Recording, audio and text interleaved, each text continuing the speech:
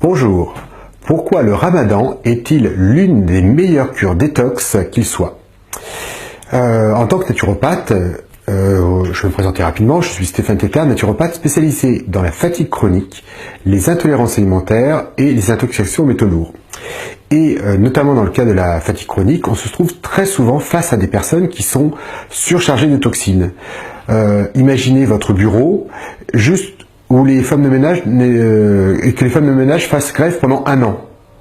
Eh bien, même si votre rapport n'a aucun rapport avec ce que font les femmes de ménage, eh bien, vous ne pourrez plus avancer correctement dans vos bureaux, tellement les choses seront encombrées. Eh bien, c'est ce qui arrive chez beaucoup de personnes après 30, 35, 40, 45, 50 ans, voire plus d'années sans le moindre nettoyage.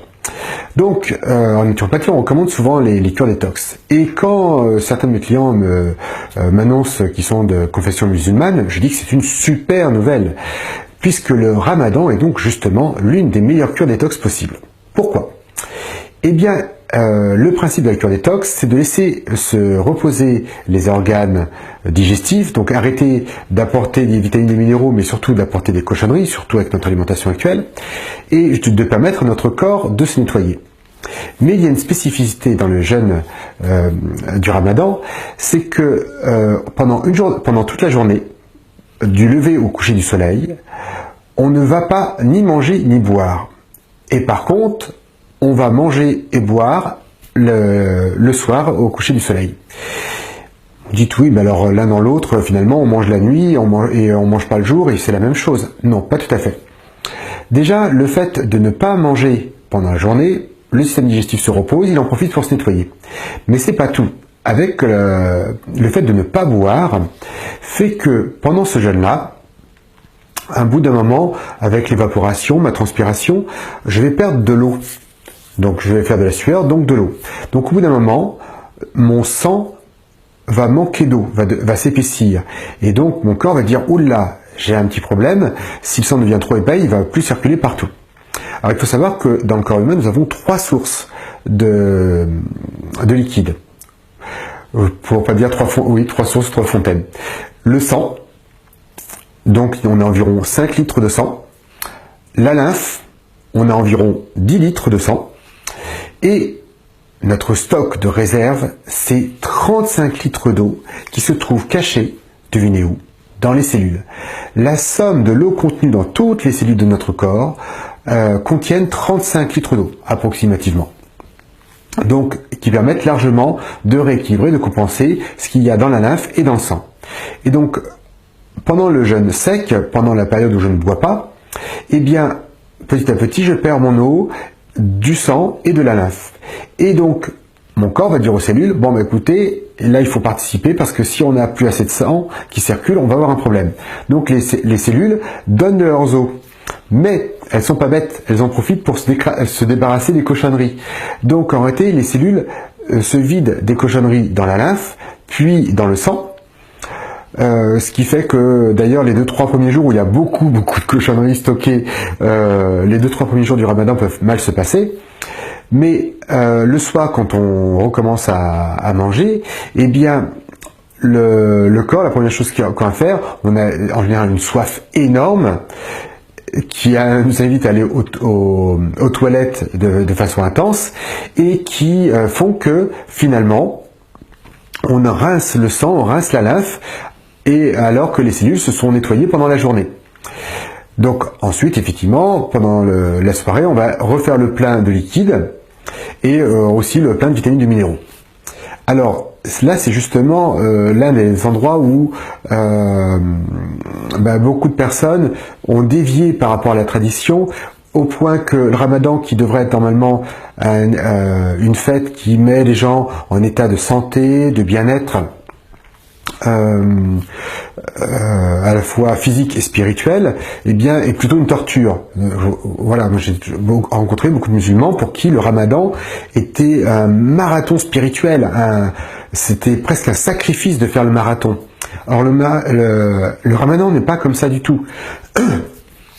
Le problème de ces personnes-là, les personnes pour qui le ramadan se passe mal pendant toute la durée du ramadan, eh bien c'est simplement qu'ils ont l'habitude de faire la fête après chaque journée. Je me rappelle de collègues qui, après le ramadan, ne rêvaient qu'à un gâteau, des glaces, un coca, enfin, juste un concentré de malbouffe après une journée de jeûne. Ce qui fait qu'en gros, pendant la journée, leur corps se nettoyait et le soir, le corps se réintoxiquait.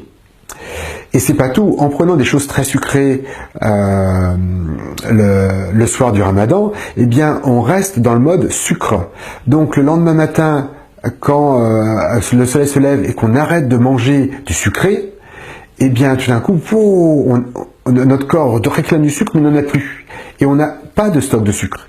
Et donc, notre niveau d'énergie décroît très très rapidement. Enfin, on est en hypoglycémie toute la journée. Et c'est vraiment un état très très inconfortable. Et si on regarde les textes disent manger très très légèrement. Donc la shorba par exemple c'est une soupe, donc beaucoup d'eau, avec un peu de protéines, un peu de graisse, mais des choses qui sont très légères et un peu de graisse. Est-ce que c'est bon, est-ce que c'est mauvais? Et bien justement, si au lieu de donner à manger le soir à mon corps, au lieu de donner à manger du sucre, je lui donne à manger que de l'huile. Mon corps sait brûler de l'huile.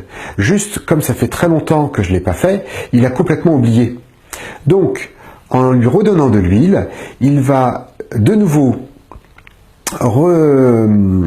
relancer la consommation, le brûlage de graisse, et donc non seulement je me retrouve sans coup de pompe pendant la journée, mais en plus je me débarrasse des petits stocks que je peux avoir accumulés depuis la précédente période du ramadan.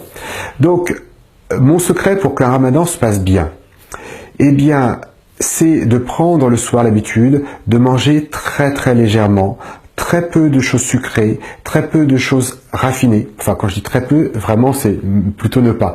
Donc, pas de sucre, pas de choses raffinées, pas de céréales raffinées et si possible, pas de céréales du tout. Franchement, manger un petit peu de viande légère, puis avec des légumes et un petit filet d'huile, c'est juste, et puis des épices bien sûr, c'est un délice. De manger des fruits qui sont très revitalisants, qui sont hydratants et revitalisants. Mais pas les céréales. Les céréales, c'est juste un stock de matières qui sont là pour nous faire résister à l'hiver, mais qui ne servent pas du tout dans le cadre du ramadan. Au contraire, on fait un pic de sucre le soir et éventuellement le matin, et pendant toute la journée, on est en hypoglycémie.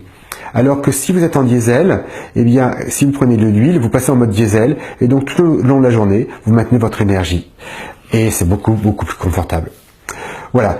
Une dernière petite astuce pour les personnes qui souffrent trop de soif pendant la journée, c'est le matin de prendre un lait de coco, une eau de coco, qui sont à la fois qui sont très reminéralisants et très hydratants. Voilà.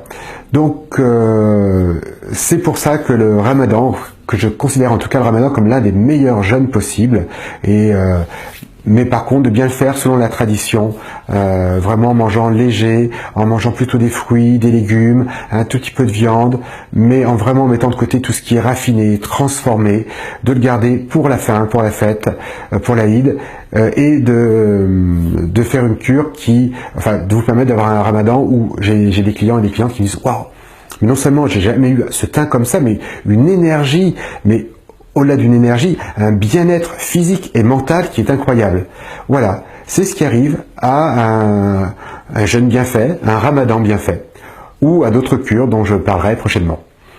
Voilà, je vous dis à très bientôt. Au revoir.